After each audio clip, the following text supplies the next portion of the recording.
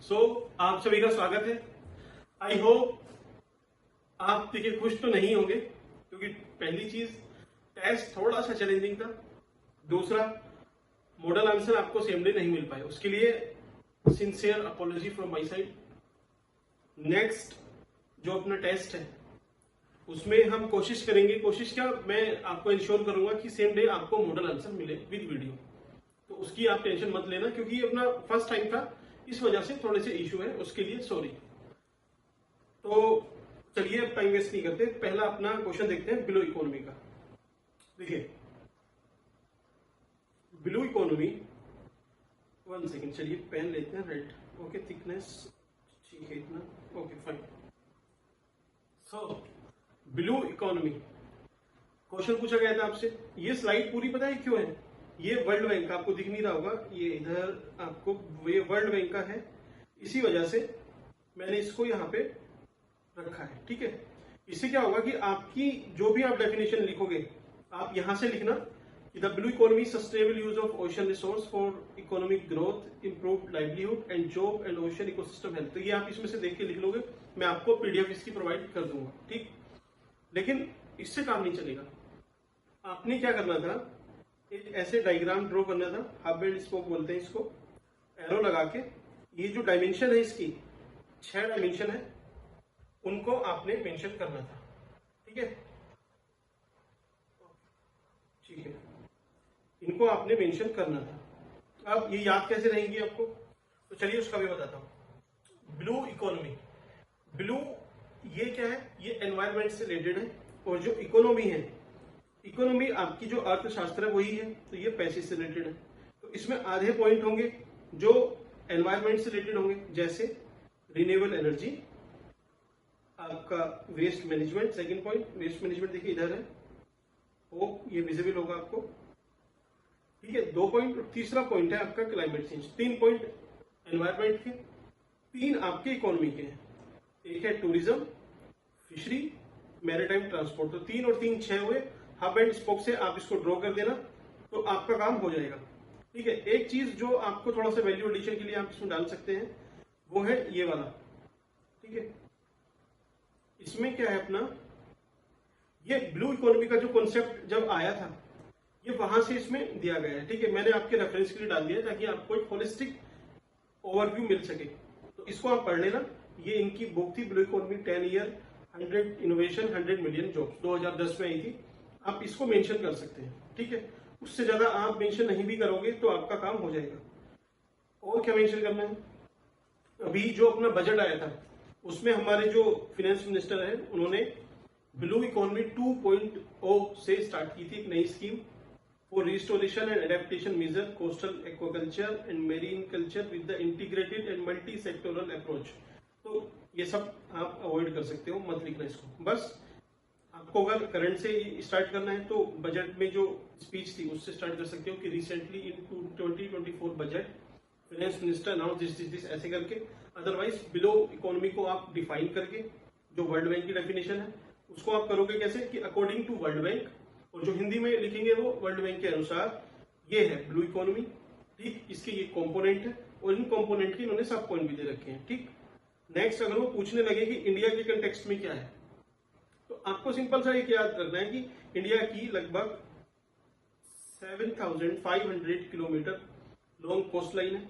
बस इसी से जो आपके पॉइंट है ये कनेक्ट कर देना। ठीक है, कि इससे क्या होगा, रिन्यूएबल एनर्जी का फायदा होगा, फिशरी हमारे यहाँ सेक्टर इवॉल्व हो जाएगा। ठीक है, और ज्यादा समृद्ध हो जाएगा, प्रोस्पेरस हो जाएगा। Climate change, tourism, maritime transport, waste management. तो ऐसे करके आपका एक आंसर कंप्लीट होता है। एक जनरल समझ रखनी है, क्योंकि आपने जब टेस्ट अटेम्प्ट करा होगा ना, तो आपको जो हेडिंग है वो बस वही याद रहे होंगे, जो अंदर का रहता है वो भूल जाते हैं। तो उसको बना के ही लिखते हैं, वैसे ही लिखना। और एग्जाम में भी आपके सारे पॉइंट्स नहीं पड़ेगा, बस हेडिंग से उसको आइडिया लग जाएगा कि आपने सही लिखा है या नहीं लिखा। तो आपने क्वेश्चन ऐसे अटेम्प्ट करना है। चलिए चलते हैं अपने सेकंड। सो नेक्स्ट क्वेश्चन था अपना केयर इकोनॉमी और मोनेटाइज इकोनॉमी में डिफरेंस।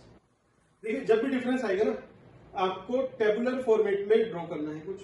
ठीक, सपोज कुछ भी पूछ ले, इस तरह से यहाँ पे लिख के, यहाँ देन 2-3 पॉइंट्स लिख के इसको कंप्लीट कर देना। ठीक, इंट्रो मस्ट है, आपने पहले इंट्रो देना है, ठीक, उसके बाद ये सब लिख देना ऐसे ड्रॉ करके, चाहे तो आप कंक्लूजन दे सकते हो, अदरवाइज इसको अवॉइड कर देना अगर ये 4 मार्कर है तब, ठीक। अब इसमें देखिए केयर इकोनॉमी और मोनेटाइज इकोनॉमी में इसने डिफरेंस पूछा है, ठीक। तो इंग्लिश में आप सब पढ़ लोगे, पीडीएफ में आपको प्रोवाइड कर दूंगा, ठीक है। Traditionally women have been the primary drivers of care economy. तो अब हमें क्या करना है, इनको सशक्त बना के केयर इकोनॉमी से मोनेटाइज इकोनॉमी में लेके आना है। अब डिफरेंस नहीं समझ में आएगा कि दोनों हैं क्या, तो आप एक को पकड़ लो, जैसे केयर इकोनॉमी मतलब देखभाल, देखभाल मतलब हाउस वाइफ जैसे होती है, उसको एक एग्जांपल समझो। तो आप याद कैसे रखना, ऐसे ही जो हाउस वाइफ है उनका जो भी वर्क है वो पेड नहीं होता, पैसे नहीं मिलते उनको। जब उनको पैसे नहीं मिलेंगे तो उसी से लिंक करना है आपने, पैसे नहीं मिलेंगे तो उसकी वैल्यू मेजर नहीं होगी, अगला पॉइंट। तीसरा पॉइंट, उससे क्या होगा, जेंडर डिस्पैरिटी होगी, तीसरा पॉइंट। चौथी पॉइंट, जब वैल्यू नहीं मिल रही, आपको रिकॉग्नाइज नहीं हो रहे हो आप, जेंडर डिस्पैरिटी है, तो जीडीपी में आपका जो कंट्रीब्यूशन है वो भी काउंट नहीं होगा या फिर अंडर काउंट होगा, ठीक। इसका एक फायदा भी है क्या, इससे कल्याणकारी जो अपना राज्य है, जो कल्याणकारी समाज है, वेलफेयर सोसाइटी है, उसको बल मिलता है, ठीक है। और ये समाज को निर्माण करने में काफी मददगार होती है। आपको निकल के आगे, अब इसके उल्टा आपको देखना नहीं है, बिना देखे लिखना है कि मोनेटाइज इकोनॉमी क्या है, कि इसमें फॉर्मल हो जाएगा क्योंकि उसमें इनफॉर्मल था, अनौपचारिक था, ये फॉर्मल हो गया तो इसकी कुछ वैल्यू भी होगी, जीडीपी में काउंट होगा, मेजर होगा, ठीक है। और इसका लेकिन समाज पे ऐसा प्रभाव नहीं पड़ेगा, ये आर्थिक वृद्धि में ज्यादा योगदान करेगी। तो इस तरीके से 4-5 पॉइंट आपको लॉजिकली सोच के लिख लेने हैं, ठीक है। चलिए इसको मैं आपके लिए इधर रख देता हूं, 1 सेकेंड, ठीक है। ये आई होप आपको विजिबल होगा, नहीं तो कोई इश्यू नहीं, आप पीडीएफ से देख सकते हैं, ठीक है। Now I think it's visible, okay, thank you. Next question अपना है एग्री स्टैक से रिलेटेड, ठीक। तो एग्री स्टैक का एक क्वेश्चन पूछा गया था, पहले तो मैं आपको बताता हूं। ये अभी जितनी भी सब्सिडी वगैरह चल रही है, डीबीटी चल रहा है, हमें फार्मर की इनकम डबल करनी है, कुछ टारगेट आपको पता होने चाहिए। फार्मर की इनकम डबल करनी है, एसडीजी के अपने कुछ टारगेट है, उसको सारे आपको रटने हैं, फ्रॉम 1 to 16, 17 तो नहीं, 16 तक उन्हें रटना है। आप इंट्रोड्यूस वहां से कर सकते हैं, कैसे, सपोज डायरेक्टली तो नहीं होगा, अगर आपको करना भी है तो कैसे करोगे, एसडीजी, कौन सा एसडीजी लोगे, पहला पॉवर्टी, सेकंड हंगर, तो फर्स्ट और सेकंड ये बोलते हैं कि पॉवर्टी हंगर हमें बाय 2030 खत्म करने हैं। उसके लिए जो प्रोड्यूसर है, जो फार्मर है, उनको सशक्त बनाना जरूरी है। उनको सशक्त बनाने के लिए हमें कुछ प्रौद्योगिकी, जो टेक्नोलॉजी है, उस पर ध्यान देना होगा, उसी में से है एग्री स्टैक, ठीक। छोटा सा करके आप इंट्रोड्यूस कर सकते हो, अदरवाइज आप अपने हिसाब से भी डायरेक्टली एग्री स्टैक को भी डिफाइन कर सकते हो, कोई इश्यू नहीं है, ठीक। एग्री स्टैक ये क्या है, ये यूनिफाइड एक तरह से प्लेटफॉर्म है, इंटरकनेक्टेडनेस है, जिसमें आपका जो जितना भी पर्सनल डेटा है फार्मर का, लैंड का, प्रोडक्शन का, उसकी जो बैंकिंग डिटेल्स है, फाइनेंशियल डिटेल्स है, वो सब आधार से सीड कर दी जाएंगी, लिंक कर दी जाएंगी, ताकि उसको डीबीटी मिल पाए इजीली, ठीक। उसको फर्टिलाइजर चाहिए वो मिल पाए, उसको कोई गवर्नमेंट स्कीम इंट्रोड्यूस करती है उसका लाभ मिले, ठीक है। उसकी जो लैंड है उस पे उसको क्रेडिट मिल जाए। तो जो जो आपको समस्या लगती है अभी एग्रीकल्चर में है, उन सबको लिख देना कि उन सब में ये हेल्प करेगी। तो आपका यहां से क्वेश्चन ये बनता है, ठीक। चलते हैं आपके नेक्स्ट टॉपिक पे, एमआईआरबी पे पूछा। तो MIRV, multiple independently targetable reentry vehicle, ठीक। थोड़ा सा कट हो गया, चलिए इसको हम इधर शिफ्ट करते हैं। ओ ये विजिबल है, ठीक है। पहले आपको मोदी जी का कंटेक्स्ट बताता हूं। हमारे जो प्राइम मिनिस्टर साहब हैं, इन्होंने अनाउंस किया था मिशन दिव्यास्त्र। इसमें क्या था कि जो इंडिजिनियसली डेवलप है, मतलब हमारे देश में स्वदेशी डेवलप है, वेपन है, हमें उनको प्रमोट करना था, जिससे जो हमारा जियो पॉलिटिकल सिग्निफिकेंस है और जो स्ट्रेटेजिक पोजीशन है, दोनों में फायदा मिले। अब जियो पॉलिटिक्स क्या होती है, जियो पॉलिटिक्स है दुनिया में 1945 मीन्स वर्ल्ड वॉर सेकेंड के बाद दुनिया दो भागों में डिवाइड हो गई। एक था यूएसए, दूसरा था यूएसएसआर। ठीक, इन दोनों में कॉन्फ्लिक्ट थी। कोल्ड वॉर का फेज भी बोलते हैं इसको। तो या तो आप यूएसए के साथ हो या फिर आप रशिया यूएसएसआर के साथ हो। ठीक, तो ये बाइपोलर वर्ल्ड बना, यहां से दो ध्रुव बने। अब होगा क्या इसके बाद? दुनिया में दो ध्रुव की वजह 1990s आते आते अब यूएसएसआर आपका खत्म हो गया। तो इससे होगा क्या? यूएसए जो सिंगल पावर थी, अब ये और ज्यादा स्ट्रांग हो जाएगी। तो पूरी दुनिया जो इसकी पॉलिसी थी, कैपिटलिस्टिक पॉलिसी, उसकी तरफ शिफ्ट करेगी। शिफ्ट किया। ठीक है, इंडिया में भी एलपीजी रिफॉर्म देखिए कब आए, आपको पता लग जाएगा क्यों आए। ठीक, तो इससे क्या यूनिपोलर वर्ल्ड हुआ, एक ध्रुवीय। लेकिन अब टाइम आते आते, क्योंकि 2008 का जो फाइनेंशियल क्राइसिस आया, ठीक है, उससे पहले आया भी था 1997 में, और अब कोविड-19। ठीक, तीन बड़े क्राइसिस के बाद अब कोई भी एक पोल बना नहीं रह सकता, क्योंकि जो रीजनल पावर्स हैं वो भी मर्ज हो रही है, जैसे चाइना, इंडिया, ठीक, और भी जो कॉन्टिनेंटल पावर है वो मजबूत हो रही है। तो अब दुनिया चाहती है कि भाई यूनिपोलर नहीं, मल्टीपोलर वर्ल्ड बने।